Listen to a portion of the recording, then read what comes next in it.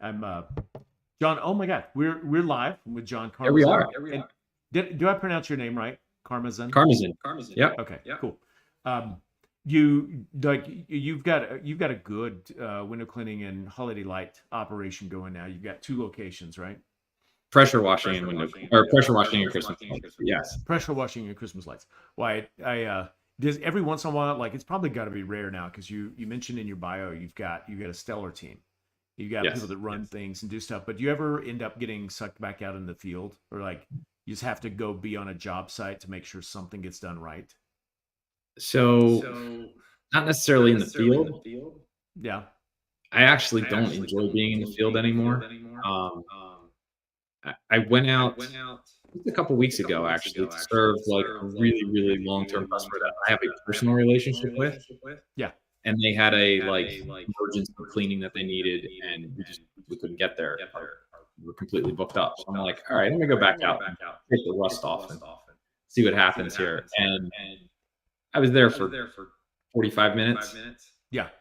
and I'm like, yeah, I don't enjoy this. Yeah. I'd rather Not so much. use my brain and think big picture stuff.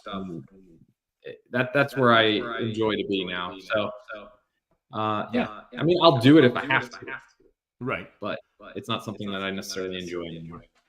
Right. I ended up on a job site today. We've got window cleaning, we've got a car detail shop, and we have concrete coatings business.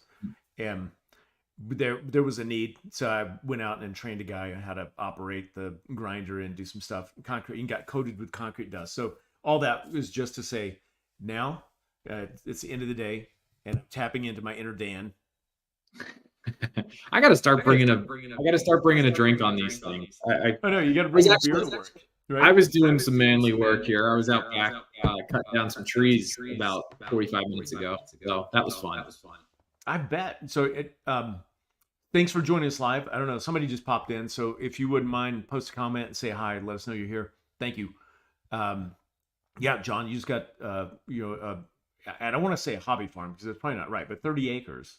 Yeah. And to me, that just sounds like I'm going to mow grass for 100 hours a week, and then like run the shredder, and then you got to chop down trees, and you got to build a fire. Yeah. Fortunately, we set it up that probably 2/3 of the property is being farmed by a legitimate farmer, and Nice. the other third is like just for us to play on. So Okay, cool. yeah, so it's not, thankfully, it's not a massive chore for me to focus on. Which are you gonna end up with, like, a dirt track, motorcycle ramps, and all kinds of stuff? yeah, we'll see. We've got some big plans, and we'll see how it all comes together. We're gonna live here for a little bit to feel it out before we start going crazy. Yeah. Well, cool. Well, excuse me. Our it's cool that we're co-hosting the series, but tonight I get to interview you, which is always a lot of fun for me. And it's fun. We've known each other for a little over a year, maybe 2 years, through the AMP Mastermind. But we haven't had time to let's sit down and actually get to know each other. So tonight I get to do that, which is fun for me, and I'm excited about it. So you're one of our speakers at the huge convention. You're going to run a breakout session. You've got a passion and an understanding of marketing, and I think your title is like 4 simple steps to add. It was real specific numbers, like $83,663 of profit to your business. Yes. So first of all, where'd you get that number? So there's an example that I use in my presentation of a business, and by utilizing these 4 principles that I'm going to talk about, if a business is going to scale from one point from A to B in revenue in 1 year by implementing these 4 principles, that is how much you can effectively add to your bottom line in the end. Okay. And essentially it's, the whole reason why I got into this and really focused in on it is looking back at my P&L for 2021 and 2022, a little bit of 2023. We corrected it mostly about halfway through 2023. But looking back at what our marketing spend was for those years, it really made me sick. Oh, okay. thinking back, like we were in growth mode, and it was all about just get more leads, get more leads. We just need more leads to grow. And at the time, most people were like, just hire somebody to do your Google ads, send out a bunch of postcards, throw out 1 million door hangers and 750 million yard signs. And That's a it lot of was lawn signs, John. We only do 2 million, but 750 million. So I kind of got wrapped up in this, like, okay, we're just going to pay a bunch of people to handle our marketing, Yeah. and kind of be hands off. And it got really expensive really fast. And because we weren't strategic about it, we just kind of took the shotgun approach. Yeah. It cost us a lot of money. And we didn't get a desirable return on investment. Okay. So that forced me to look back and be like, what are we doing? Like, why? Why are we doing this? And I started getting a little more creative and a lot more focused on what we were doing rather than taking the shotgun approach. And so, I talk about some of those things in my presentation on specifics on how you can just do some simple tweaks, and it's really basic stuff. It's not overcomplicated. As entrepreneurs, we like to overcomplicate things because we think it has to be complex to be successful. But simplicity scales, complexity fails. Yeah. Well, let's do this. Let's rewind. I'm gonna loop back around. I'm gonna get you to share one of your principles and like pull back the curtain a little bit for your marketing presentation. But let's go back to the beginning. How long ago did you start your company? And you mentioned in your bio, you're like, you started with a daunting $163,000 in debt, and that is daunting. So, like, give us a little bit of the backstory. Like, when did you start? Why the hell would you do something crazy like this? And that, like, give us the Reader's Digest version of your origin story. Okay, so we started the business in 2012. And at the time, it was kind of a part-time gig. I was always entrepreneurial. I was doing side hustles here and there, even through college. I was like doing little side gigs, like for extra cash. I always had that drive to do something more. And the story goes, the guy that I was working with at a construction company lent me a pressure washer. He gave me a pressure washer that wasn't working. He said, "If you can get this thing running, you can have it." So I got the thing running after watching a 5-minute YouTube video and washed the side of my house. And I was like, man, that was pretty fun. And went around back, started pressure washing the deck, and it just like completely exploded on me halfway through that project. I'm like, oh, shoot. Now I gotta go find a pressure washer to finish this job. So I jumped on Craigslist, and in scrolling through all the listings, I found a guy that was selling a box truck and said, we'll train you to start your own pressure washing business. And that was kind of my light bulb moment. I had no idea like that was even a thing. And I enjoyed that. I enjoyed cleaning it. It was very satisfying. So fast forward, that got the gears turning, and my wife and I were like, well, let's try this. Let's see what happens. So we bought the truck from the guy, fired up a website, and 8 months later, I was able to have enough business coming in that I felt comfortable enough that I could take the leap and leave my construction job that I was at for 10 years at that point. Wow. And my wife and I, at that point, we had short sold on a house. So we were renting. And that was we were probably in our third rental home at that point. Okay. We moved 7 times in 6 years. Nice. That's really cool. And tell me about it. After just moving like 2 weeks ago for the first time in 10 years, that was like, how did we do that? Yeah. Oh man. So like the struggle was real. We were not bet us, did not have a silver spoon in our mouth. We were not set up for success right out of the gate. Like we were kind of in desperation mode, which I'm looking back, I'm thankful for, because I had nothing to fall back on. It was like, we got to make this happen. And, the debt it wasn't actually that bad when we first started. Like, it actually accumulated a little bit more after we started the business. Okay. And at one point, like, I realized this is like, I felt the pressure of that every single day, and having to go out and like generate enough revenue in the business to pay all the bills and then support my family was like, oh my gosh, this is just, it was killing me. Like, I felt the pressure in my chest every day. Yeah. So my wife and I had been talking about it a little bit, and I needed her to be on board with this too. And finally, one day, praise the Lord, she came in like, we need to do something about it. And so her and I got on the same page, and we actually went to the Dave Ramsey Financial Peace University program. We actually ended up leading the class because there was not one that suited our schedule. So we're like, just lead it and we'll do it. Nothing like, hold yourself accountable than trying to lead a class on this. So, okay. Yeah, I was going to ask if you went full Dave Ramsey, and then when you said you led the class, like, did they pick the person with the most debt? You go, right, almost you think, right? Yeah. So we led that, and from that point, it was 28 or 29 months later, we cleared that $163,000.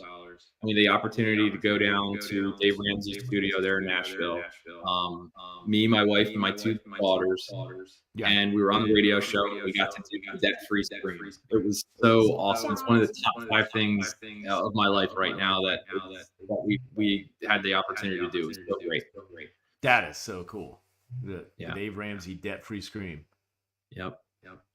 That's cool. So, okay. I mean, just and putting my head down, being very intentional about that process while building the business, it kind of gave me that fuel to like, let's figure this out, because we got to be as profitable as possible so I can clear this debt as quickly as we can. Yeah. So when you, I mean, most people start, you sound like you started as like you in a truck and some grit and some hustle, and you got things going. Did, like, at what point, or was there a point where you said, hey, this is like, I own a great job, but I have to turn this into a business because I've got bigger dreams and bigger goals, and I can't build them by myself, and I'm gonna have to learn new skills. I mean, what was the tipping point, and what was the catalyst? Yeah, I've been thinking back on that. I can't remember like a specific point where it was like, I need to change this. I think it was looking at other business owners who have grown something beyond them and seeing the time freedom that they have built for themselves. Yeah. And I value the time freedom more than the hustle and grind money of just working 80 hours a week, right? My kids were little, like, they were growing up. Like, I was leaving the house at 5:30 in the morning and not getting home till 7:30 at night, right? Like, I was barely seeing them, and I didn't want that. Yeah. So I think that was the catalyst for me, was to looking at other people and seeing, this guy's available to go golfing, or he's available to have lunch anytime. Like, I want that. Yeah. Okay. Hey, I'm gonna interject here. Every once in a while, I just need to repeat and tell people, like, thanks for jumping on live. Really glad you're here. Post a comment, say hi, and we're gonna give away a ticket in we got about 8 minutes to go. So this ticket giveaway coming in 15 minutes. Well, I put that up a little while ago, but in order to be eligible to win our ticket, just take and share this live stream into a couple of groups, and then come back and comment and say, hey, did that. And then we're going to ask a trivia question. And if you are the guy or girl, you get the ticket. So there we go. So you value freedom, and so it's interesting. Most of the people that I know that ever started a small business, like, they started for freedom and they became a slave to their business. Mm-hmm. And then then there's this fight to actually claim your freedom and get your time back. Tell me about your journey on that. So man, I guess it just kind of grew organically, if you will, where I had a helper that would join me and kind of work through the summer, and then eventually I found a full-time guy that was like, okay, he's in this, like I can rely on him. And I can still picture the day where like I felt comfortable enough to send him and one other guy out on the truck. And I can still picture it driving away that day. And it was like, okay, we're gonna trust that they're not gonna completely, crash the truck or set a house on fire or whatever. Yeah. They came back and everything was great. And actually, I think they might have gotten a 5-star Google review out of it, and we got an email saying like, "Hey, the guys did a fantastic job." So I'm like, "Holy cow, this actually worked!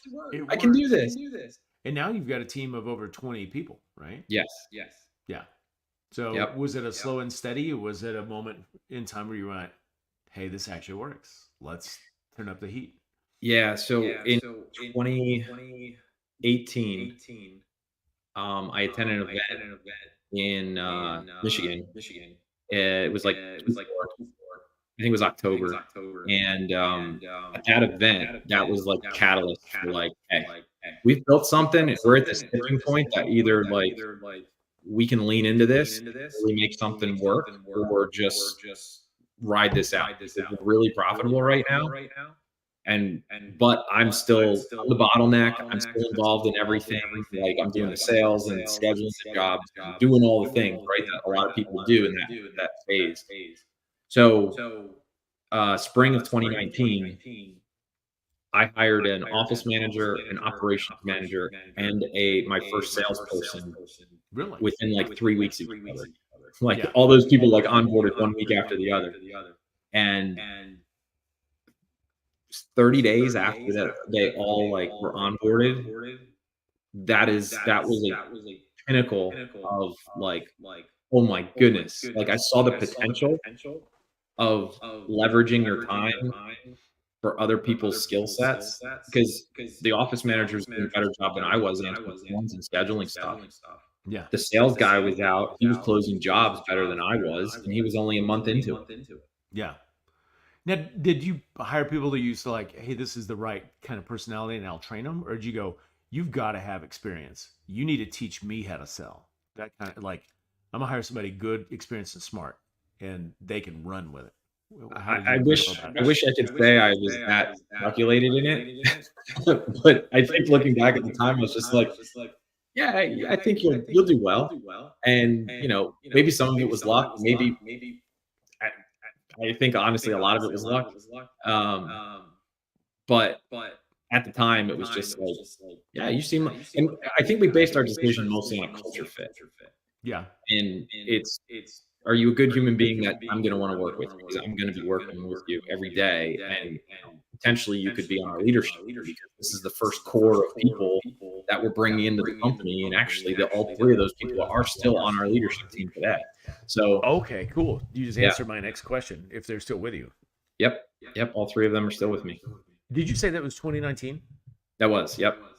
Okay, cool. So at that point, before you took on the office manager, the sales, and the operations person, how many people were on your team then? So this is only 5 years ago. Yeah, I'm gonna say I think we had like 3 or 4 people.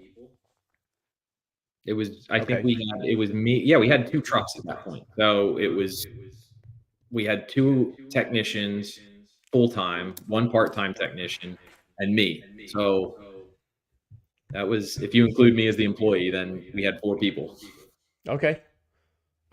So all right. So that seems like a pretty big leap, honestly, to go like, let's hire 3 key positions. One of them is bringing in revenue, but the other 2 don't bring in revenue, but they support it. I mean, your scheduler and your operations. Yeah. So, and to be fair, my operations manager was being productive at the time, like not full-time productive, but he was brought on with the intent of half of his schedule he was going to be productive. Yeah. Let's real quick. Thanks for joining us live. I see a few more people just joined us. Thank you. Yeah. Hey, cool. Jason just joined in. Said, "What's up?" Who's in? Yeah. Jason. All right, Jason, my man. Jason, by the way, I'll follow up with you later, but I need to get you on and interview you because you've got a great story and have seen a lot of growth since I met you 3 years ago. So I'm excited to put you on the live stream. So let's work that out. And hi, Awesome. cool. Um, yeah, so if you're popping on live, share this in a group or two, and kind of report back and go, hey, I shared it over here, power washing friends or something, and we'll get ready for a ticket giveaway here in about we'll, we'll probably go in 10 minutes because John's got a really fascinating story, and we're just getting into the meat and potatoes of it. So for Jason and some of the people that just joined us, so John started in 2012, a guy in a truck, kind of on a whim. He's like, this is kind of fun. I pressure wash my house. Maybe this is a business. And then hustle and grind for a number of years. In 2019, he's like, I got 4 people on my team. I'm going to turn this into a business. He hires an operations manager, an office manager, and a salesperson all in 3 weeks. He onboards them 1 week after another.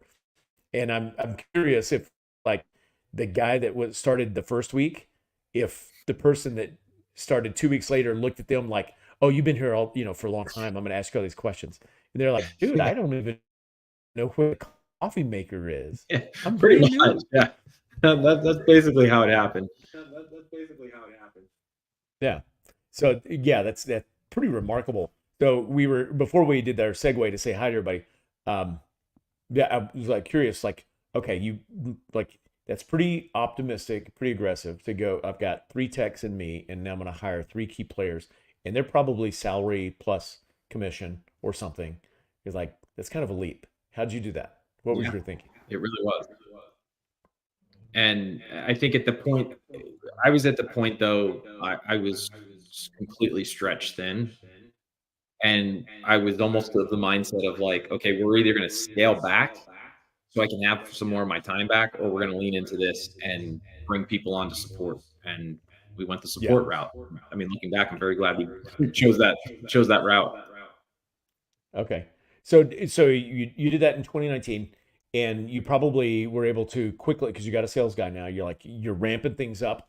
You probably added some more technicians, Yep. and like where were you in? You like I'm sure you're seasonal because you're in Pennsylvania, Yep. but it's like January, February, March of 2020. You just brought on all these key players and more new team members, and then what happened? Yeah. COVID happened. Yeah. And that was interesting because we had a record March, and that was actually a very mild March. I Yeah. remember because we were able to actually start pressure washing like March 1st, and it was very like we haven't had a year like that in a long time. So everybody was like, "Yeah, let's go. We're gonna have a kick butt year. Like this is gonna be awesome." And then COVID came, and we're like, I don't know what's going on. Like we had a backlog of work going into April, so that like thankfully we were still able to work, Yeah. and that things got weird. I mean, everybody experienced it. So Things got weird. That's like the yeah, euphemism of the decade. Things yeah, got yeah. weird. Like, yeah, they did. Yeah, it's funny because we hired our first operations manager. She started February 2020, and she had lots of experience and was really good. And we had this big growth plan, and we didn't hire a salesperson, but we hired a new office manager to go along with our ops manager, and big, considerable salary, and really good. And then COVID happened, and so we spent that year with this very talented person navigating COVID and make sure we're compliant and all the weird stuff. Um, and then, but unlike you kept those people; they're still on your team, which I think is phenomenal. 5 years later, because there's probably a lot more strategy to it than you're sharing in the sense that it almost sounded like I just did this kind of on a wing and a prayer, and hey, and they're still with me. I'm like, there's probably more to it than that, but now they're still with you. Where did you after COVID? And like, where did you ramp? Because now, like you mentioned earlier, you got over 20 people on your team, and you're out of the field. You're not in operations. You have your time back. Mhm. How did that hockey stick zoom up? Well, we were ramping up prior. So in 2019, after we brought those 3 key players on, we were still that was still in the springtime. So with the ops manager and our sales guy selling now, and I was then so we had my sales guy and me were both selling. So like we were really filling the calendar up, and we hired more technicians. So I think by the end of 2019, I feel like we were up to 6 or 7 technicians, Okay. and There's still one location.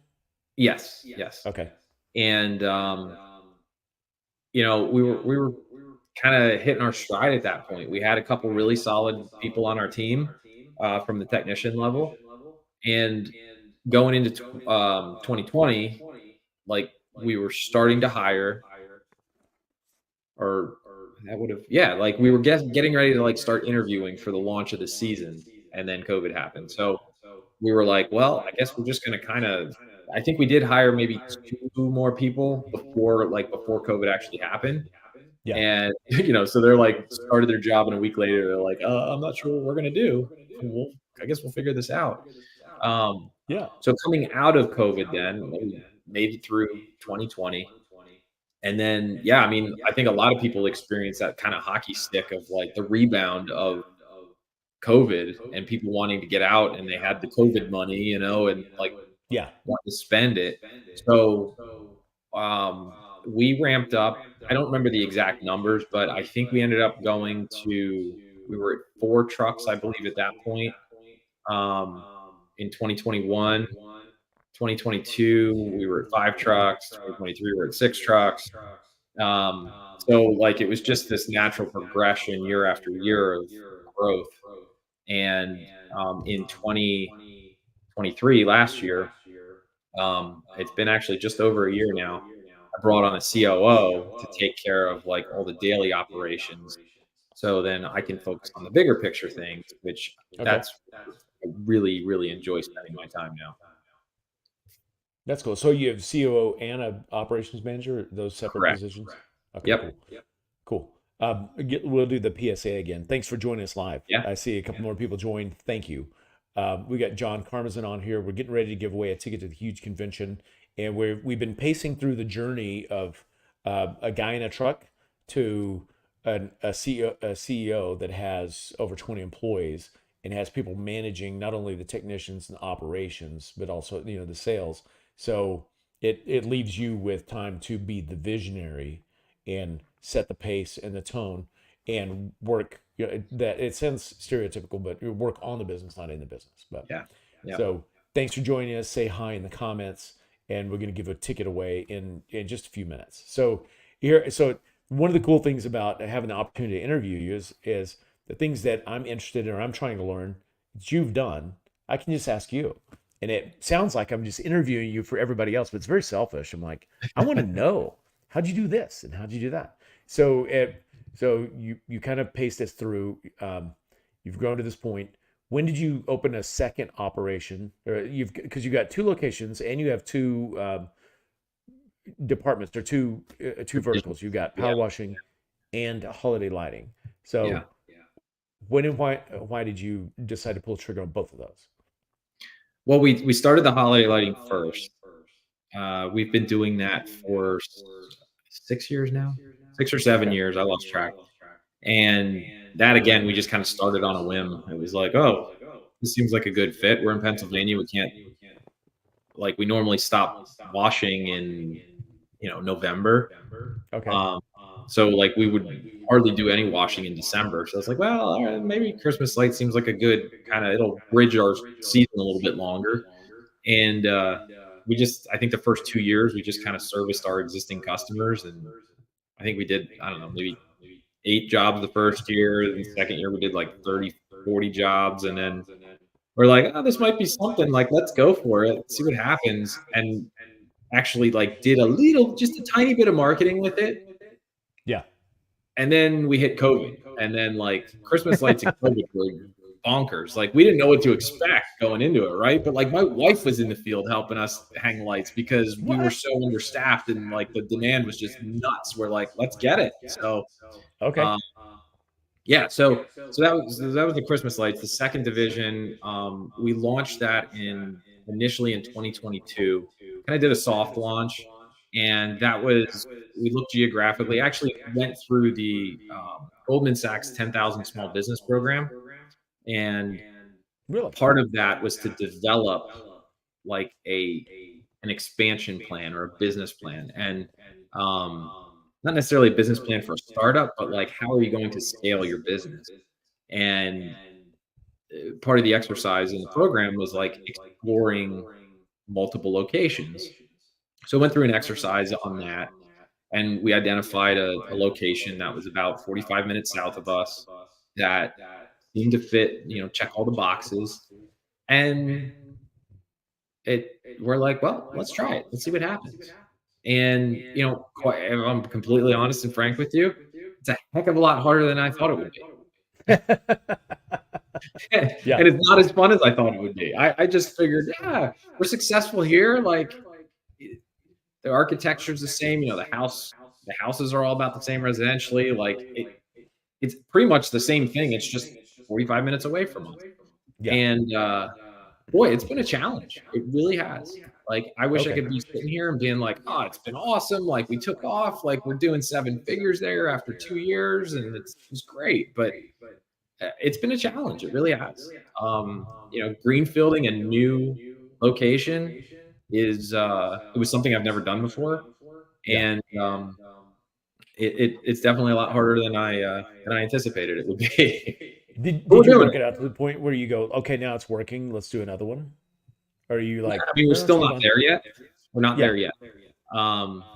And in fact, we're actually, full transparency, we're looking at scaling back, not scaling back, but reducing our service area for that particular location, so we Okay. can get a little bit more targeted, a lot more targeted on our sort of niche down there. And then because I think we tried to bite off way too much in the first go, and we needed to get some more market penetration first. Okay. So with your with power washing and holiday lighting, and recognize that it's both are seasonal, but do you use the same team for holiday lights that you like? Is it your power washing crew, or do you hire separate people for that? So yeah, so we use mostly the same crew. We do hire additional seasonal employees specifically for Christmas light season, but Yeah. all the people that are with us for power washing, 99% of them usually stay with us for the Christmas light season too. What is your power washing team like? What does everybody do in the winter when like you're basically shut down? Like unemployment. Okay. Yeah, And we what's pretty much. typically been your return rate? It varies, but most of the time we have about an 80 to 85% return rate with our technicians. Okay. And That's really good. That's great. yeah, and we figured out doing some strategic things throughout the downtime to keep everybody together has Yeah. been massively beneficial. Like, we would schedule a breakfast at a local diner every 2 weeks, and we would pay for it. They'd come in at 8 a.m. We'd all get together, talk, just have some fun, like, and enjoy each other's company. And when we started doing that, that's when we saw our retention go through the roof. It's something as simple as that. Yeah. Yeah, that's really cool. Hang on just a second. Excuse me. So so that gives me all kinds of background, and that's a really great growth trajectory. So what I want to do is ask you about your teaching topic at the huge convention this year. You're going to teach about marketing, and it's 4 simple steps to add 86,663 or whatever, like 80 grand net to your bottom line. Yep. Which is great. So those 4 simple steps. One, how did you learn marketing? And then I want to tease out like what's one marketing thing that somebody watching right now could take away, implement, and then maybe it's not 86 grand, but they can really benefit from additional revenue and net profit. So I guess the first part of your question is, how did I learn this, or how did I figure this stuff out? Yeah, it was like an 18-part question. Sorry. Yeah. I'll try to unpack it all as best How I did can. you learn marketing, and what's one tip that will make me more money today? This week? So I learned from a lot of people that are smarter than me, and there's a book called Steal Like an Artist, and I love that book because if you haven't read it, it's really good. I recommend it. But none of these concepts are my own necessarily or like new.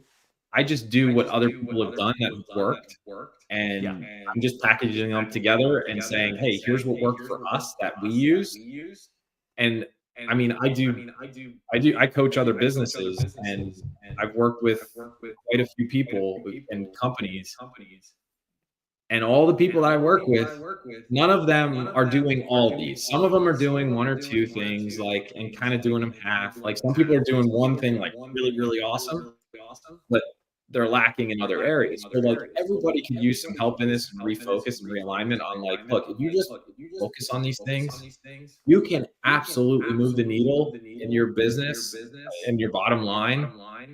Like it almost seems too simple. It really Yeah. does. So Yeah. I hope when I do share this, like it doesn't get dismissed because it just sounds too simple. Well, okay, so that's, I mean, this is not an uncommon thing where something like you mentioned earlier, entrepreneurs, we like to complicate shit.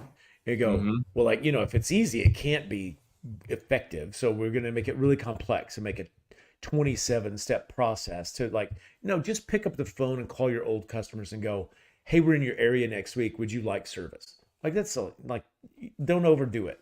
Yep. Right. So what's something that somebody could take and run with next week that would have a There's a positive couple of benefit? very simple things that you want to do to be able to increase your bottom line and your profit margin and your revenue, in turn your revenue as well. But the focus should be your profit and your bottom line, not your revenue. Yeah.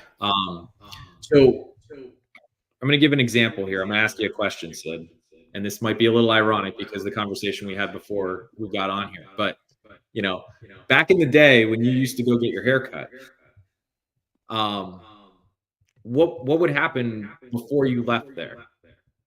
What would they Before I ask? left the haircut place? Yeah, what would they ask you? Do you Oh, remember? they would just ask like, well, before I left, they would want to schedule the next appointment. Exactly. Yeah. Like, we'll And see you in 6 weeks or whatever. Like, let's exactly. put it on the books. So many home service companies, window cleaning, power washing, maid service is a little different because that's more of a frequency thing. Yeah. But more of these sort of one-off services, we're not pre-booking the next service when we leave. And especially if you have a face-to-face interaction with your customer, Yeah. they're happy, they're thrilled. If you can book the next service before you leave, you're pre-booking your calendar and your schedule. And Yeah. furthermore on that, the kind of next step to that is if, for example, if you do window cleaning and the customer that you service is only really interested in once a year window cleaning. Yeah. If you have a script written out that you can naturally convey to say, Mrs. Jones, I know your windows look great. And I mean, look at all this sunlight coming in. This is fantastic. I just wanted to share, most of our customers actually really prefer having us come out at least twice a year, some even 3 times a year, to make sure that, this beautiful sunlight's coming in and the windows look great like this. Because, look, pollen season and dust and all that stuff that happens throughout the year. And I just wanted to give you the option, because most of our customers actually get it done more than once a year. Is that something you'd be interested in having scheduled? If you frame it like that, where lots of people are actually doing this, Yeah. they don't feel so weird about doing it. And you're going to increase your frequency, the amount of times that you're servicing your customers. And then pre-booking is just phenomenal because then you don't have to chase down the work. Your schedule's already filled up, and you didn't have to market for that customer. And I gotta say, like, the magic in that is like at the point of when you finish the job and they're like, oh my God, this looks so beautiful, John. Or like, this is amazing. I'm so thankful. And you're like, thank you so much. You want to collect the money. And we call it the 3 R's. Like, we need your review, we need a referral, and we want you to reschedule. Mm. It's like, let's do it right now, because when they're at their happiest, they're like, oh Yes. my God, yeah, everything's perfect. And they're like, it doesn't matter if it's 1 year from today or if we're going to do it 3 times a year, but let's put it on the books Yep. right now. And then there's a commitment. And like you said, like, you're filling that schedule in advance. And, especially for people that are new or newer, like when I was hustling and grind, they're like, I'm like, oh my God, I can't wait a year. I need that customer tomorrow. But the reality is 1 year is going to pass pretty fast. Yes. And you've already got it on the books. That's Yep. magic. And it's so simple. So that concept you just said, of like, oh, I need the money now, right? That's a concept called present bank. I need money now, right? Booking out in the future, that's your future bank. Yeah. Right? You want your future bank to be really, really big. So when you go into 2025, you've already got hundreds of thousands of dollars pre-scheduled. Yeah. Because think about that. Think about how hard you had to work to get that hundreds of thousands of dollars on your schedule in the first place. And if all you have to do that again is ask one simple question to your customers, how easy is that? And guess what? The great thing about that is the value of your business increases because you've already got work pre-booked on the schedule. Yes. And how much more simple is that than working on your SEO for 6 months? Gosh, I'd rather stick needles in my eyes. Yeah, right. I'm trying to think of there's a professional speaker and sales guy that I listened to an audio years and years ago, and he had this concept that, like, I don't know what he sold, but he said he decided to, like, he called all these people to schedule appointments for a sales appointment, and he said, I'd like to have an appointment with you, and he would pick a date 12 months away. It's like, yeah, do you have anything open on December the 4th, 2025? And they were like, what? And he said he had almost 100% booking rate because nobody's got something scheduled for a year from now. Right. So they'd book the schedule, and then he would put it through his automations and follow up with them, confirm it. He's like, 3 weeks out, I'm going to have my, assistant contact you to see what you would like to have for breakfast. We're going to have it ready. And he said he just started doing that, and he booked a year in advance. And he said, but time passes fast. And he said a year goes by, and his calendar is booked out for a year ahead. And they just kept booking. And he's like, yeah, it was a hard year getting from here to the first one. But by the time that first one came up, like, he's booked a year in advance, and his income went from, 50 grand a year to like $1.5 million a year. Yeah. Just because it's keeping that pipeline full. It takes work to fill that pipeline the first time, but man, once it's full, it's a heck of a lot easier. It's momentum. Well, like you said, simple scales, complex fails. Yeah. So that is an incredibly simple and effective way to pre-fill your schedule. And it's like every time you do a job, you just rebook that same job. And if you can increase the frequency, all the better.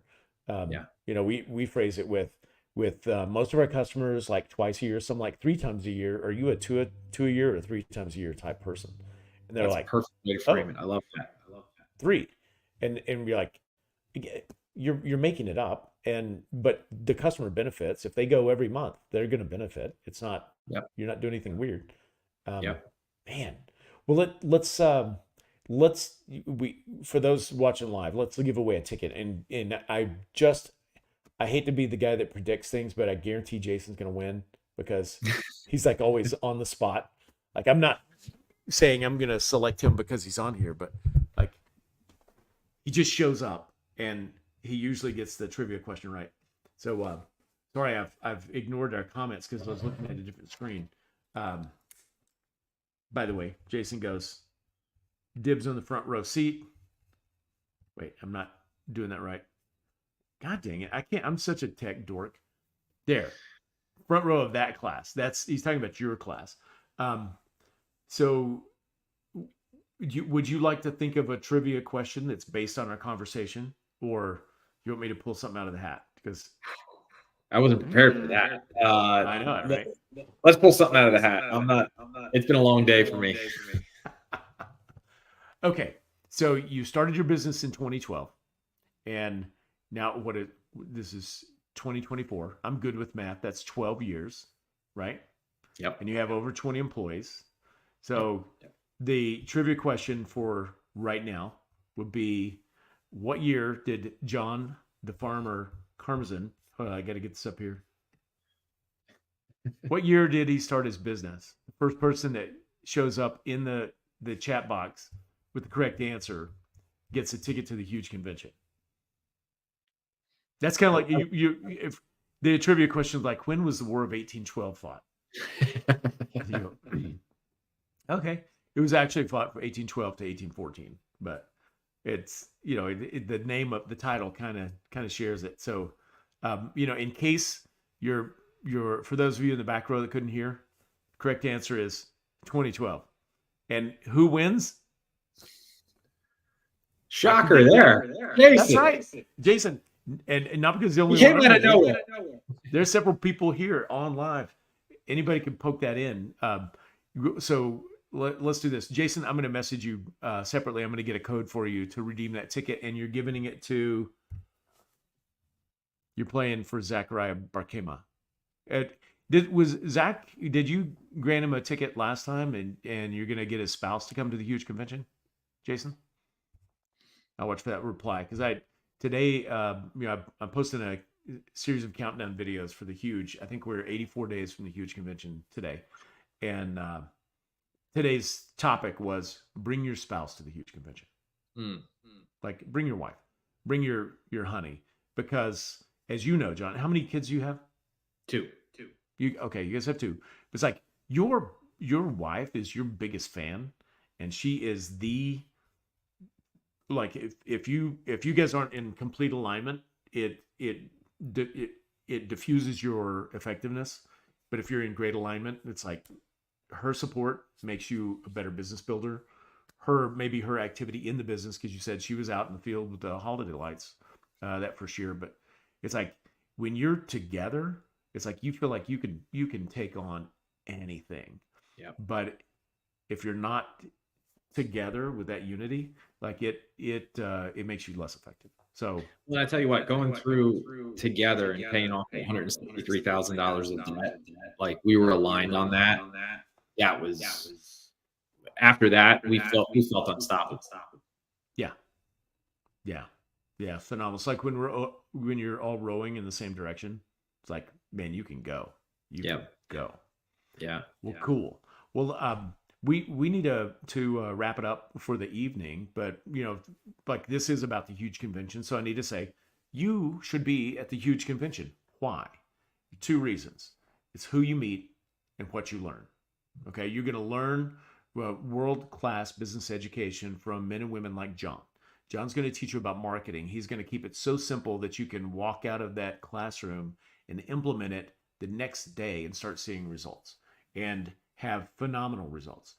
And you're going to learn at the world's largest trade show for home services, for the window cleaning, power washing, holiday lighting experience. You can meet face to face with some of the providers that you already use. You'll meet and learn from people that you go, do I need to add this to our tech stack, or get your hands on the latest tools, the best builds, things like that.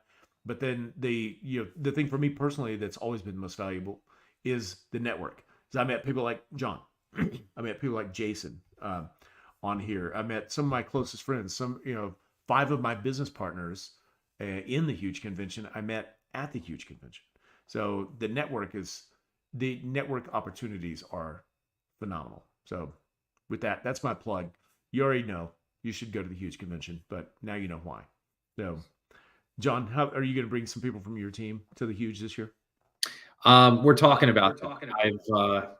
I'm already sending my COO out to another event earlier this year, or I should say before the huge. But yeah, I think we're going to take a couple leads there, and we did it in the past. I think we did it 2 years ago. Yeah, and it was a really great experience for them. They had a lot of fun. Yeah. So I've taken several of my team members, and most of my team, like most of the guys, they're in their 20s, and I'm not. So we view things differently, but I recognize their perspective. But I forgot how much 24-year-olds could drink and still be up at 7 in the morning. I'm like, oh my God. So they had a great time and learned a ton. And we're taking 4 more this year. Nice. Awesome. Always the thing. Cool. Well, let's wrap it up. Hang tight after I end the live stream. Because I've got a question for you about your COO. But thanks for joining us, Jason.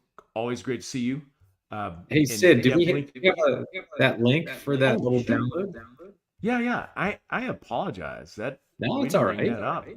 But I'm a Bitly fan as well. Y'all check this out. Go here. Yeah, so I've got a little special for everybody who stuck around on the live here. I created a little ebook, and this link here, if you fill out your email address, will automatically send you one chapter from that ebook of one of the marketing judo concepts that I'm going to share in the class and I share with my coaching clients. So giving that away for free tonight to Jason, who was on here. So check that link out and get your copy. And if you have any issues with it, hit me up on Facebook. We tested it today and it worked, but as Sid proved earlier, technology doesn't always work. Hey, Christina jumped in and said thank you. Awesome. So hey, if there's anybody else on here that we can't see, like just give a thumbs up or write a comment in there. Just comment huge, because I want to see that there's more people than just Jason and Christina here, because I feel like there is. You're supposed to say smash that like button. Yeah, I feel like that's like 2021. I don't know. Very well, see, all right.